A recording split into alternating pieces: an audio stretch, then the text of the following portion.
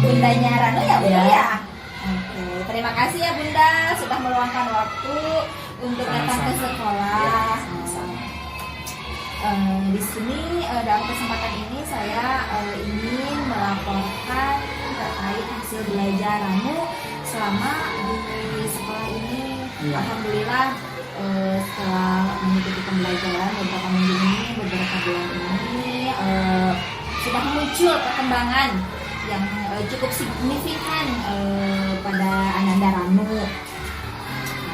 Namun untuk kali ini saya akan berfokus pada kemampuan literasi yang dicapai oleh Rano.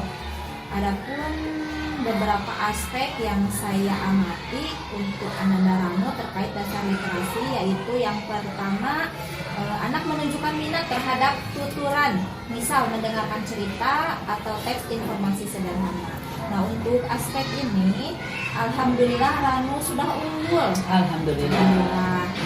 Rano mampu menunjukkan minatnya ketika ibu guru sedang bercerita. Ananda mampu mengamati dengan seksama.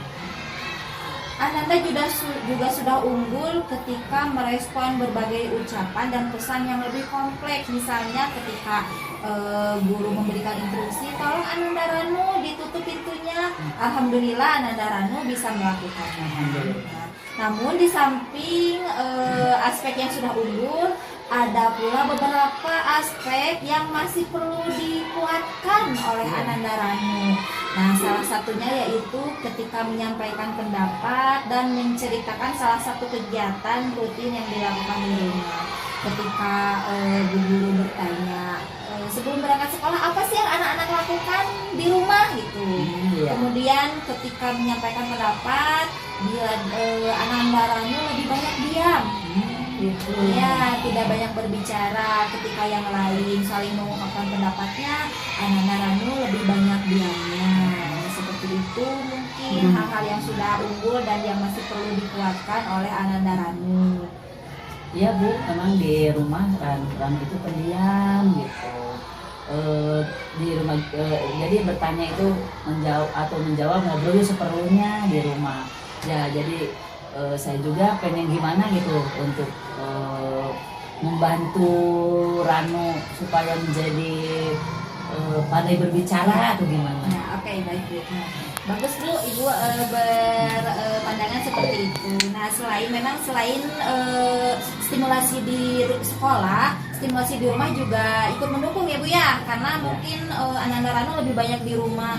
Kalau di sekolah ya alhamdulillah setiap hari juga anak-anak diberikan stimulasi. Namun ada beberapa mungkin hal yang kita bisa saling berbagi yang bisa Bunda lakukan di rumah.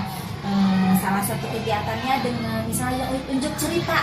Gimana ya, ketika misal Bunda ketika sudah pulang bekerja, mungkin di malam hari ketika sedang waktu istirahat, Bunda bisa melakukan tanya jawab dengan Rano.